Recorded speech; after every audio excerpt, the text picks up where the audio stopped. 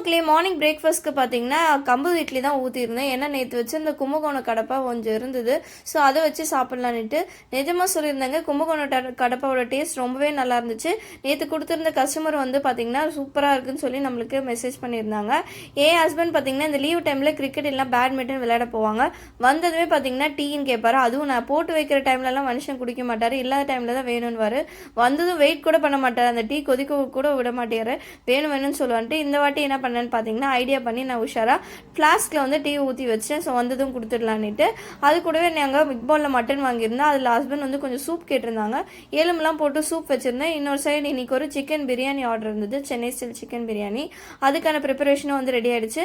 பாருங்கள், நம்ம தம்லேருந்து ஓப்பன் பண்ணதும் நம்மளோட சென்னை ஸ்டைல் சிக்கன் தம் பிரியாணி. ஃபுட் கலர்லாம் எதுவுமே ஆட் பண்ணலங்க.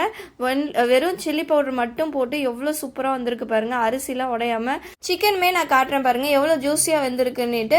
கஸ்டமர் கேட்ட மாதிரி சிக்கன் பிரியாணி வந்து நான் பேக் பண்ணி வச்சுட்டேன். கஸ்டமர் சொன்ன டைமுக்கு வந்து பிக்கப் பண்ணிட்டு போயிட்டாங்க. உங்களுக்கும் இதே மாதிரி சவுத் இந்தியன் ஃபுட்ஸ் ஹோம்மேடாக வேணும் நீங்களும் ஆசைப்பட்டீங்கன்னா ஜிடிஏ கனடாவில் இருந்தீங்கன்னா என்னோட Instagram page home maker in டொரண்டோவில் காண்டாக்ட் பண்ணுங்கள். கண்டிப்பாக இதே மாதிரி சூப்பராக பண்ணி கொடுப்பேன். கஸ்டமர் பிரியாணி சாப்பிட்டுட்டு அவங்களோட ரிவ்யூவும் ஷேர் பண்ணியிருக்காங்க. ஸோ இன்னியோட நாள் நல்லபடியாக ஹாப்பியாக முடிஞ்சுச்சு. நாளைக்கு பார்ப்போம். பாய்.